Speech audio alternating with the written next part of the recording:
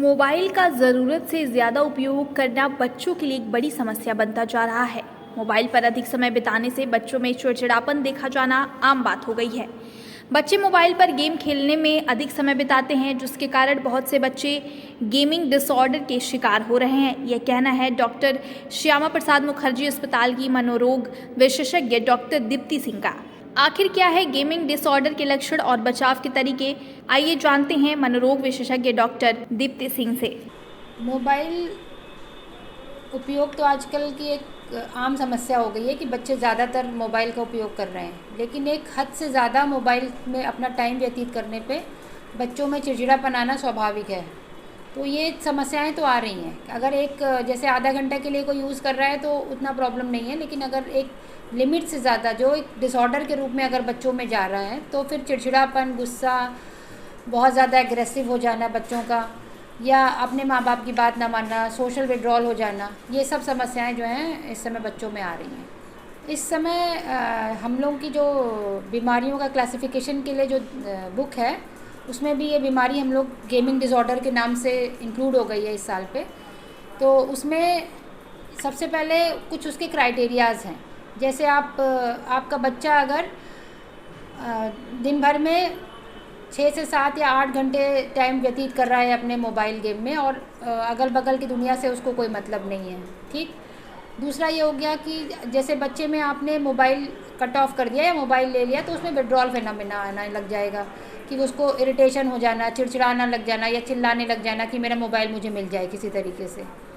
तीसरा है कि टॉलरेंस, जिसको हम लोग कहते हैं कि जो समस्या पहले आपको लगता था कि हमारा बच्चा आधा घंटा ही मोबाइल खेल के संतुष्ट हो जाता है कि भाई पढ़ रहा था, हमने आधे घंटे के लिए मोबाइल उसको दे दिया, वो फ्रेश हो गया, हाँ ठीक है मैं मोबाइल गेम खेल के, लेकिन बच्चे के अंदर अब ऐसा हो गया कि वो आधा घंटा उसके लिए पर्याप्त नहीं है। इसको हम लोग टॉलरेंस कहते हैं। ये बच्चे के अंदर धीरे धीरे जैसे आप कोई भी ड्रग अब्यूज़ करते हैं, कोई दवा लेते हैं, कोई नींद की दवा लेते हैं या अल्कोहल लेते हैं, तो उतना ही डोज आपको कुछ दिन के लिए कुछ दिन के बाद सफिशिएंट नहीं लगता।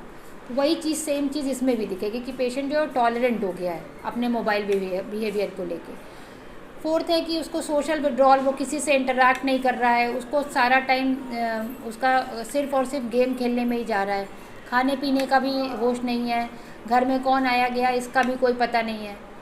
फिफ्थ है कि आप जो है उसको अगर मोबाइल ले भी लीजिए तो उसका दिमाग हमेशा उसके बारे में ही सोच रहा है कि हम अगर हमने कोई गेम खेल रहे हैं, उसमें हमने यहाँ से गोली मारी होती तो उसको ज़्यादा अच्छे से लगता है, या हम कोई और गन ले लेते तो उसको ज़्यादा अच्छे से ये गेम खेल पाते।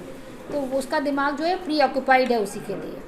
और उसका और लक्षणों में है कि जैसे उसकी नींद कम हो जाना, पहले वो 8 घंटा सोता था, इस समय वो 2 घंटा ही सो के सोचता है कि हम आगे उठ के सुबह में सबसे पहले हम गेम ही खेलने लग जाएंगे, और तरह तरह की चीज़ों को रख लेता है गेम खेलने के लिए। उसी तरीके की संगत भी हो जाती है। तो ये सब चीज़ें हैं जिससे हम लोग पहचानते हैं कि कैसे बच्चा गेमिंग डिसऑर्डर में है या नहीं है। कोरोना काल में ज़्यादातर बच्चे अपने घरों के अंदर कैद थे, मतलब माँ बाप उनको बाहर नहीं निकलने दे रहे थे क्योंकि भाई बीमारी का भी खतरा बहुत ज़्यादा था। तो उसमें हुआ क्या है कि बच्चे जो हैं बाहर ना निकलने की वजह से इंटरेक्शन उनका लोगों से कम हो गया है। तो वो जो उनकी दुनिया है वो बहुत छोटी हो गई है। उनके माँ बाप उनकी सब विश पूरी करते हैं, सारी इच्छाएं पूरी करते हैं, वो घर के अंदर ही बंद हैं, सब कुछ उसी से पूरा हो जा रहा है। लेकिन जब वो बाहर की दुनिया में निकलते हैं तो सब लोग माँ बाप की तरह बिहेव नहीं करते, वो तो अपनी तरह बिहेव करेंगे। तो वो बच्चे को जब वो बाहर जाता है तो उसको सोशल एंग्जाइटी होती है कि ये इनसे मैं कैसे बात करूँगा, ये तो हमारी बात नहीं मान रहे हैं, या इस बच्चे के साथ मैं खेल रहा हूँ तो ये जीत जा रहा है, मैं हार जा रहा हूँ। आप अपने माँ बाप के साथ खेलते हैं तो माँ बाप जो हैं वो आपके ईज पॉइंट में जाके काम करते हैं कि भाई हमें इस बच्चे को जिताना ही है, हम लूडो खेल रहे हैं तो इसको जीतना है, नहीं तो ये बच्चा रोने लग जाएगा। लेकिन जब वो बाहर की दुनिया में जाता है तो सब लोग उस तरीके से काम नहीं करेंगे, तो उसको बाहर निकलने में फोबिया हो रहा है, एंग्जाइटी हो रही है कि मतलब हम, और स्कूल नहीं जाने की वजह से उनका सोशल डेवलपमेंट भी नहीं हुआ है। जब हम बाहर जाते हैं तो चीज़ों को जिस तरीके से दिमाग देखता है उस तरीके से और डेवलप करता रहता है। तो वो सब चीज़ें कट ऑफ हो जाने से ये प्रॉब्लम्स आ रही हैं। लोगों के साथ एडजस्टमेंट में प्रॉब्लम आ रही है, बच्चों के साथ जा रहे हैं तो उसमें एडजस्ट नहीं कर पा रहे हैं, उसमें डिप्रेशन हो रहा है बच्चों को। तो ये सब चीज़ें हैं।